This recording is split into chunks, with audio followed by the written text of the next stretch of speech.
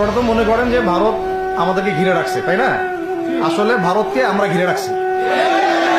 এই দিক থেকে আমরা, এই দিক থেকে চায়না, এখান থেকে নেপাল, এখান থেকে ভুটান, এখান থেকে মায়ানমার, এখান থেকে পাকিস্তান, আর তার চেয়ে বাপ আছে না?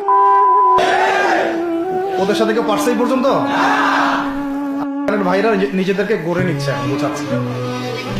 এখন কথা হচ্ছে, আমরা একটা কাপুরুষতার পরিচয় দিচ্ছি।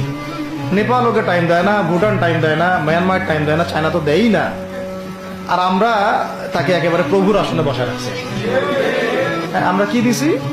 আমরা ইলিশ দেই, আমরা ট্রানজিট দেই, আমরা রেল দেই, আমরা বন্দর দেই, আমরা কি দেই?